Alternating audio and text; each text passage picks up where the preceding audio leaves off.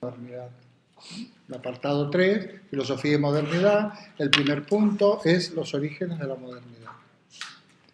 Tal como yo decía en la clase pasada, aquí yo voy a ir deprisa, porque ya hemos hablado.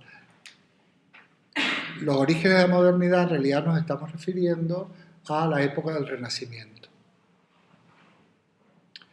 Decíamos que el Renacimiento en realidad es una época de transición entre la Edad Media y la Edad Moderna en filosofía. También se puede decir, que el Renacimiento es la primera etapa, o la primera etapa dentro de esa época que se llama modernidad en filosofía. Pero de todas maneras, tenemos en cuenta que la modernidad, estrictamente hablando, son siglos XVII y XVIII, años 1600 y 1700, y un poco del 19 hasta, digamos que de alguna manera son 200 años, ¿no? Son desde como de 1620 al 1830, más o menos, ¿no? Son 200 años apenas. Eso es la modernidad o la época de lo que se conoce como filosofía moderna. Es muy importante tener claro estos parámetros temporales. Sin embargo, cuando hablamos de Renacimiento estamos hablando del siglo XV y XVI, más del XVI, o si queréis, desde mediados del XV o desde el primer tercio del XV a primer tercio del XVII. Estamos lo mismo, del 1400 y poco al 1600 y poco, otros 200 años. Entonces, ¿qué ocurre? Que es una etapa de transición, pero en muchos aspectos, no en todo, ya es una filosofía claramente moderna. Pero como bien subraya, por ejemplo, Abbagnano, este autor del que os he hablado, en el Renacimiento subsisten aspectos modernos con aspectos netamente medievales. Yo, por ejemplo, me parece que pusimos ese ejemplo la semana pasada. El Renacimiento, estamos hablando del Renacimiento en general, no solo en cuanto a la filosofía, Entonces, por ejemplo, la campaña de los Reyes Católicos de Colón a América es netamente moderna, porque significa descubrimiento, nuevos horizontes, pero sin embargo, en esa misma época se está liberando una cruzada contra los árabes en Andalucía, que es una situación netamente medieval, y coexisten. Esto es una de las características del Renacimiento, que es una época de transición, entonces perviven algunas situaciones típicamente medievales, y por otra parte se anticipan y despuntan otras situaciones netamente y decididamente modernas. ¿Está claro? ¿Sí? ¿Preguntas, dudas? Nosotros podéis salir con los temas bastante organizaditos desde aquí, porque nosotros no tenemos las prisas enormes que ahora voy a tener allí. Ahora todavía estamos acompasados, pero ya no vamos a estar acompasados, porque el programa es muy parecido en la primera parte a aquel que daba, pero ahora ya allí hay que dar muchísimas cosas. Y aquí vamos holgados. ¿Está claro? Bueno.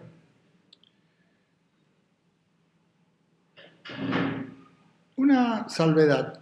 A mí me gusta siempre intentar poner las cosas en su sitio, o por lo menos lo que yo creo que es su sitio.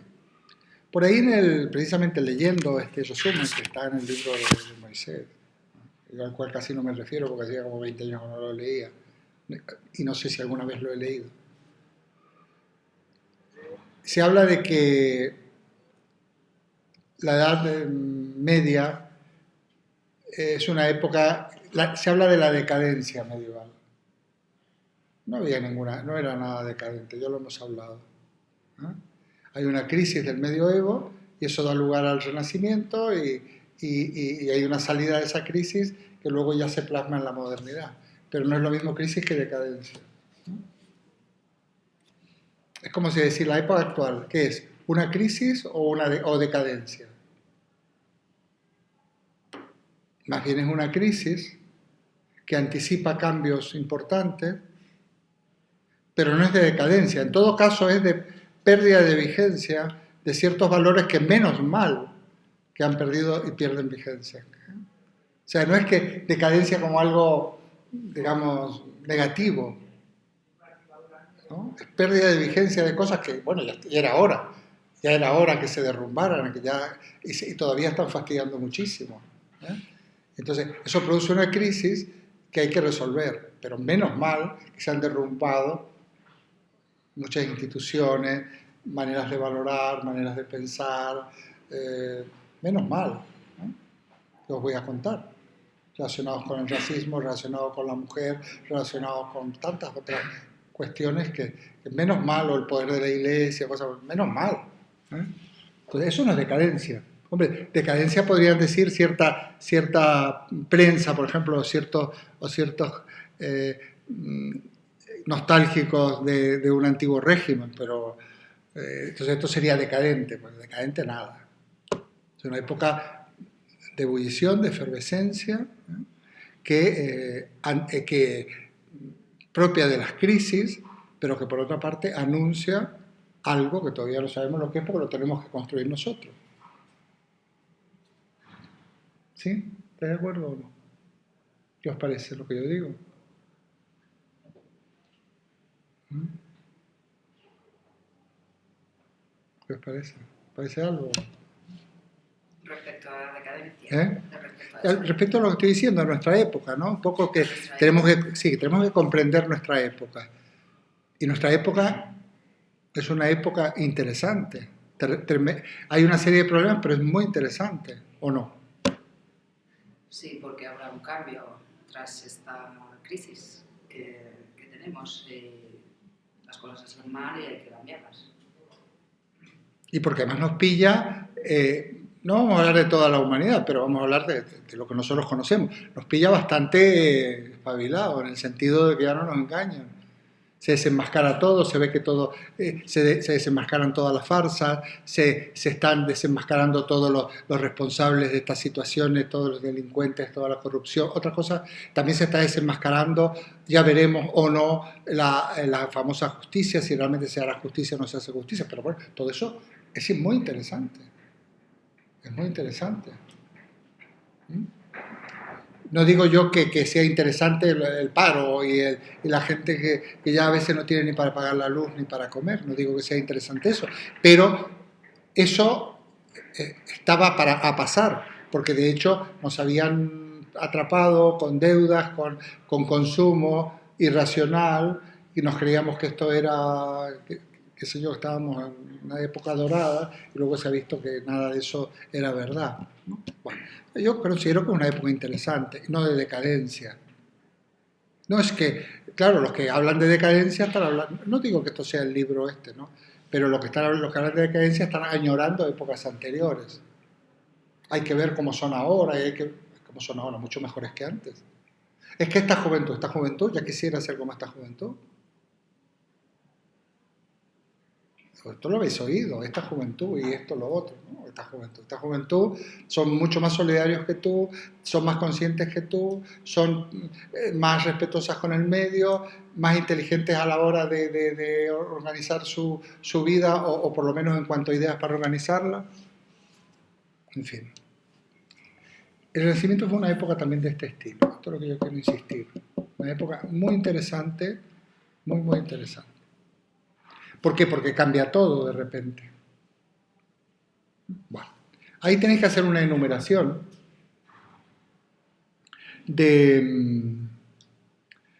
digo ya para vuestro apunte, para vuestro ejercicio, de cuáles son las causas de estos cambios que se producen en el Renacimiento. En el libro tenéis suficiente material, ¿eh? Esto lo decíamos la semana pasada y hablábamos bueno, desde los descubrimientos hasta la fractura de la cristiandad medieval, el surgimiento de los estados modernos, el auge de las lenguas vernáculas, la reforma religiosa y la contrarreforma, etcétera, etcétera. Todo lo hemos dicho. Esto está en la bibliografía, en el material que tenéis. Pero las cosas pasan por algo. Entonces, lógicamente, la consecuencia de todos esos cambios es que el hombre renacentista pierde referencias, se encuentra de alguna manera más perdido, pero cuanto más perdidos estamos, más necesario es que emerja la libertad. Porque tienes que echar mano de tu ingenio para solucionar ese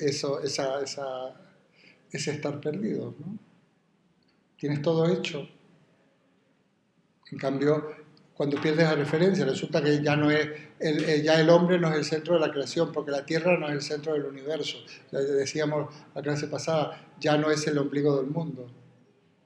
Somos un planeta más que está en un espacio casi infinito. Ya Europa no es lo único que existe, porque también se encuentra con otro continente, con otras culturas, con otra gente. Imaginaos. Eso hace que se derrumbe todo. Podéis imaginarlo, ¿no? Porque descubrimos nuevas cosas. Bueno. Entonces, lo que cambia en el Renacimiento es lo que yo le llamo la imagen del mundo, o si queréis, la visión del mundo, la visión de la vida, a raíz de todas estas novedades que se producen. Bueno, esto hablamos la semana pasada.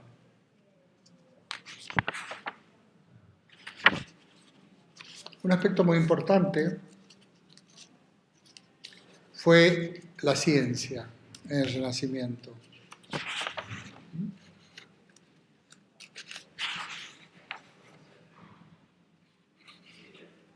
Bueno, aquí hay unos puntos, perdonadme, que los tenéis que ver todos, porque todos describen todo, que lo podéis hablar desde hablarlos en bloque o que os pregunten por cada uno de ellos, que es los orígenes de la modernidad, que es lo que hemos estado hablando la semana pasada, ampliamente. Luego, el hombre protagonista de su destino, claro, un hombre que está perdido, un hombre que ya ha perdido ataduras, lógicamente se da cuenta que el destino se lo debe, no está escrito por los dioses ni por nadie, sino que se lo debe construir él mismo.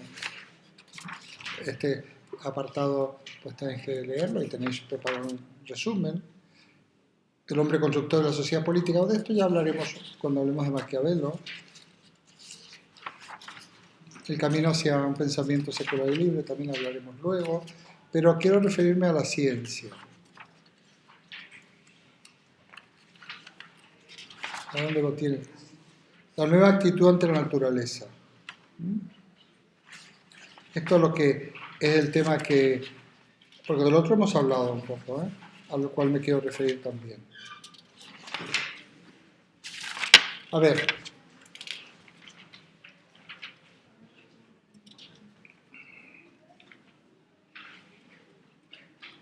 Ante esa, digamos, pérdida de referencia que significa, por un lado, la ampliación del horizonte geográfico, por otro lado, la ampliación del horizonte astronómico, vamos a llamarle, de lo que eso puede significar, y ese interés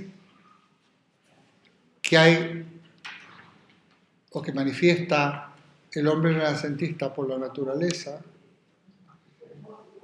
esto se plasma en un deseo de investigación y de conocimiento.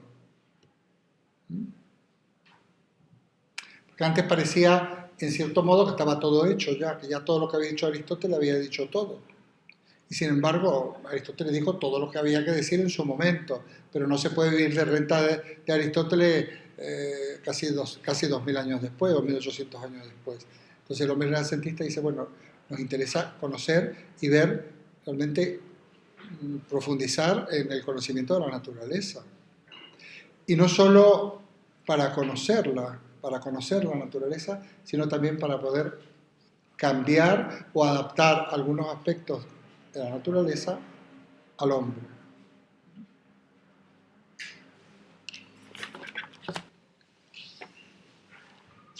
A ver, no se trata de conocer solo por conocer, sino conocer para poder intervenir. La diferencia es importante, ¿no? ¿Se entiende esto? Yo insisto siempre en eso. No sé, intervenir de qué forma en la naturaleza sobre... Intervenir, o sea, que el conocimiento se utilice, sea útil. Yo insisto siempre mucho en eso, en cualquier tipo de conocimiento. A ver, vosotros estáis estudiando porque tenéis unos determinados objetivos, tenéis unas motivaciones. Es muy importante este curso aprobarlo porque eso os va a abrir puertas a los planes que vosotros tengáis, ya sea estudiar una carrera o una formación profesional o lo que sea. ¿Mm? Tenéis unos planes personales. Por eso estáis haciendo esto. Bueno, pero lógicamente esto significa un poco el mundo académico, el mundo del conocimiento. Pero no debería ser, es el mundo y está muy bien que lo sea, pero no debería ser el mundo del conocimiento por el conocimiento solamente, sino del conocimiento para utilizarlo. Esto es lo que yo quiero decir. Y si nos referimos a la filosofía, no se entendería nada de filosofía si esa filosofía que estamos estudiando no os sirviera a vosotros como personas. Se puede aprovechar más o se puede aprovechar menos, pero no tiene ningún sentido saber las teorías de Platón y de Aristóteles y sin embargo no poder sacar partido de ellas y poder aplicarlo. Entre otras cosas porque si no se saca partido de ellas y no se las sabe aplicar, de alguna manera es como si no se supiera. Si tú haces un magnífico comentario del mito de la caverna y no sabes luego trasvasar esos conocimientos o esas reflexiones a la situación actual, no te sirve para nada. ¿Sí? ¿O no? O sea, hay niveles, por supuesto, de interrogación o de cuestionamiento personal, ¿no? Pero muchas veces sería muy útil decir, bueno, ¿yo en qué caverna estoy? ¿Cuál es mi caverna? ¿En qué consiste la caverna? Para mí, hoy en día. ¿Cuáles serían los ídolos? ¿Cuáles serían las sombras? ¿Por qué soy prisionero? ¿Qué es lo que me tiene encadenado? No sería ninguna tontería, ¿eh? A veces te tiene encadenado simplemente una hipoteca, que te engañaron. Te engañaron. Y tienes que seguir pagando una hipoteca, una deuda que ni siquiera la casa o el piso que tienes vale lo que debes. Pero como no puedes dejar de pagarlo, porque, sí, porque perderías eso y además seguirías debiendo lo mismo al banco, pues eso es una cadena. Sería muy interesante saber cómo uno se mete en esas trampas, pero desde luego eso es una cadena. O que tú tengas un trabajo que agaches la cabeza porque te han metido el miedo en el cuerpo y te hagan hacer 50 horas y te paguen 200 euros menos. Y tú sabes que si protestas te vas a la calle porque pues, que no les cuesta nada echarte y porque hay un montón de gente esperando, ¿no? Tú lo sabes muy bien, que estás por lo menos estás buscando. Bueno, esas son cadenas. Hemos perdido muchísimo.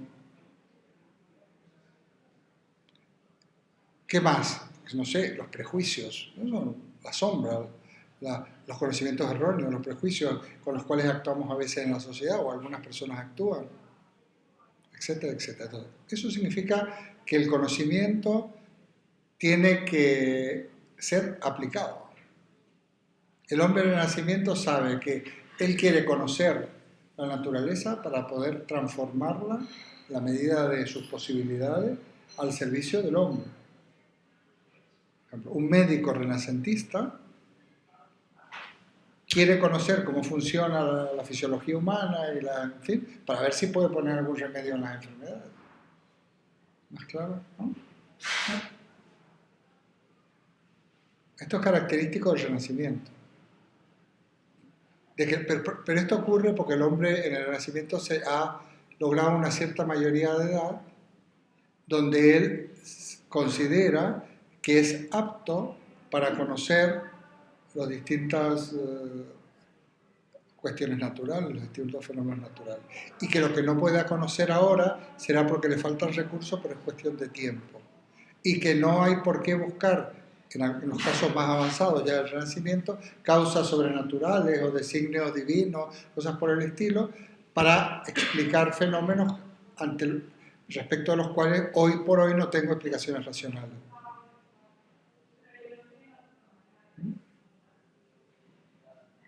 Hombre, hay gente que hoy en día da explicaciones extrañas a los fenómenos y a las situaciones, pero no creo que seáis vosotros. Y si algo no tiene explicación, pues ya se explicará, y si no, pues viviremos así. No es necesario inventarse dioses ni cosas por el estilo para armar todo esto.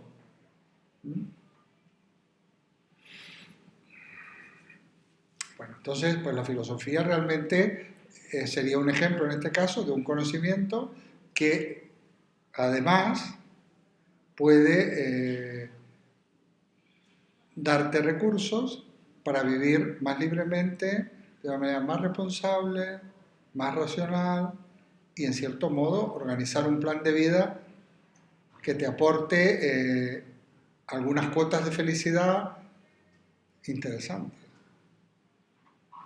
Pero no una felicidad de la que estamos acostumbrados a ver en la publicidad y en las propagandas, en donde realmente no está, sino un tipo de felicidad que quizás sea más auténtica, en donde tú realmente la puedes construir en cierta medida.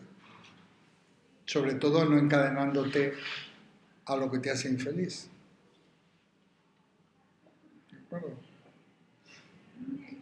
Es muy difícil entender lo que pasa en las épocas pasadas si no somos capaces de relacionarlo con lo que pasa en la época actual. Entonces hay que ponerse un poco en la piel y en la mente de ese hombre renacentista que es muy parecido, yo creo, en cierto modo a lo nuestro. En cierto modo. Porque sobre todo pues, se derrumban estructuras, sistemas de valores, maneras de valorar, etc. Se derrumba todo eso y hay que empezar a construir de nuevo. Todo eso se derrumba por